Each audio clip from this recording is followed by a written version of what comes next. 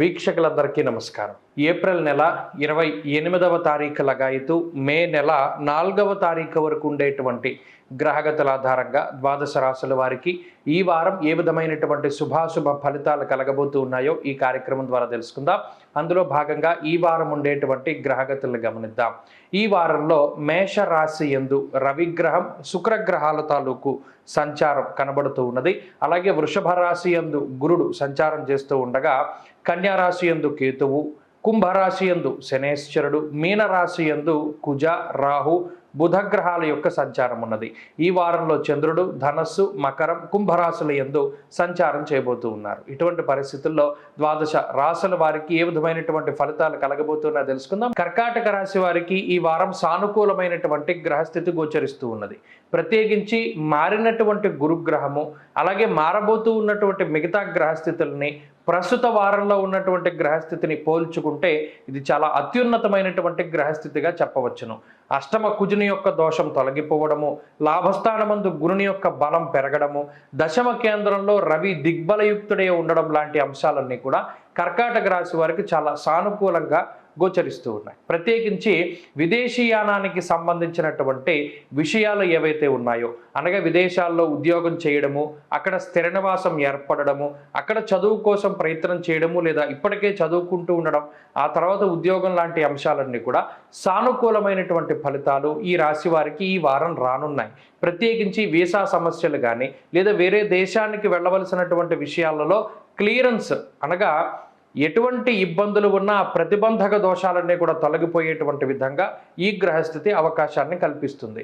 అంతేకాక ఆర్థిక పరమైనటువంటి ఇబ్బందుల నుండి బయటపడుతూ ఉండడం, క్రమేపీ కర్కాటక రాశి వారికి కొన్ని ప్రత్యేకమైనటువంటి అవకాశాలు ఈ వారం నుండి రావడం ప్రారంభమవుతాయి.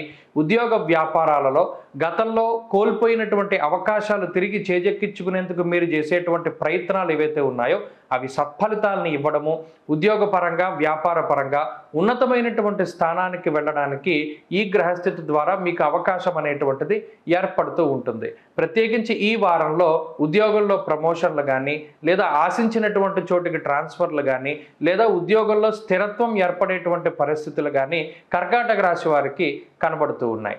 ఏదేమైనప్పటికీ అష్టమంలో ఉన్నటువంటి శనేశ్వరుడు మాత్రం కొంత ఆరోగ్యపరమైనటువంటి చికాకుల్ని కలగజేస్తారు. అలాగే స్థాన మార్పుకి కూడా ఈ వారం అవకాశం ఉంటుంది కాబట్టి ఈ విషయాన్ని దృష్టిలో పెట్టుకోవాలి.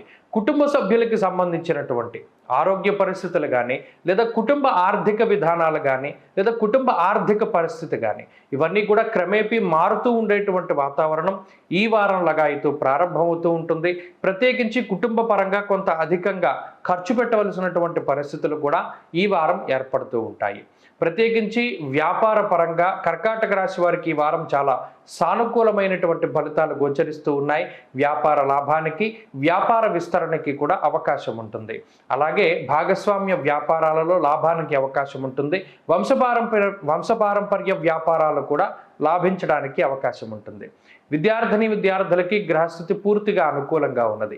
దూర విద్య, విదేశీ విద్య, పోటీ పరీక్షలు లాంటి అంశాలలో మంచి ఫలితాలు సాధించగలుగుతారు. అలాగే స్త్రీలకు ప్రత్యేకించి ఈ గ్రహ సంపత్తి మానసికమైనటువంటి ప్రశాంతతని అలాగే ఆర్థిక ఆరోగ్యాభివృద్ధిని కలగజేస్తూ ఉన్నది. ప్రత్యేకించి కర్కాటక రాశి వారు ఈ వారంలో మరింత అనుకూలమైనటువంటి ఫలితాలని సాధించడానికై పరమేశ్వరుని యొక్క ఆరాధన చాలా మంచిది. అష్టమ శనేశ్వర దోష నివారణార్థం కాలభైరవాష్టకాన్ని పఠిస్తూ ఉండడం చెప్పదగినటువంటి సూచన. ఈ వారంలో కలిసొచ్చేటువంటి రోజు గురువారంగా చెప్పవచ్చును. అదృష్ట సంఖ్య 6, అదృష్ట వర్ణము లేత పసుపు రంగు.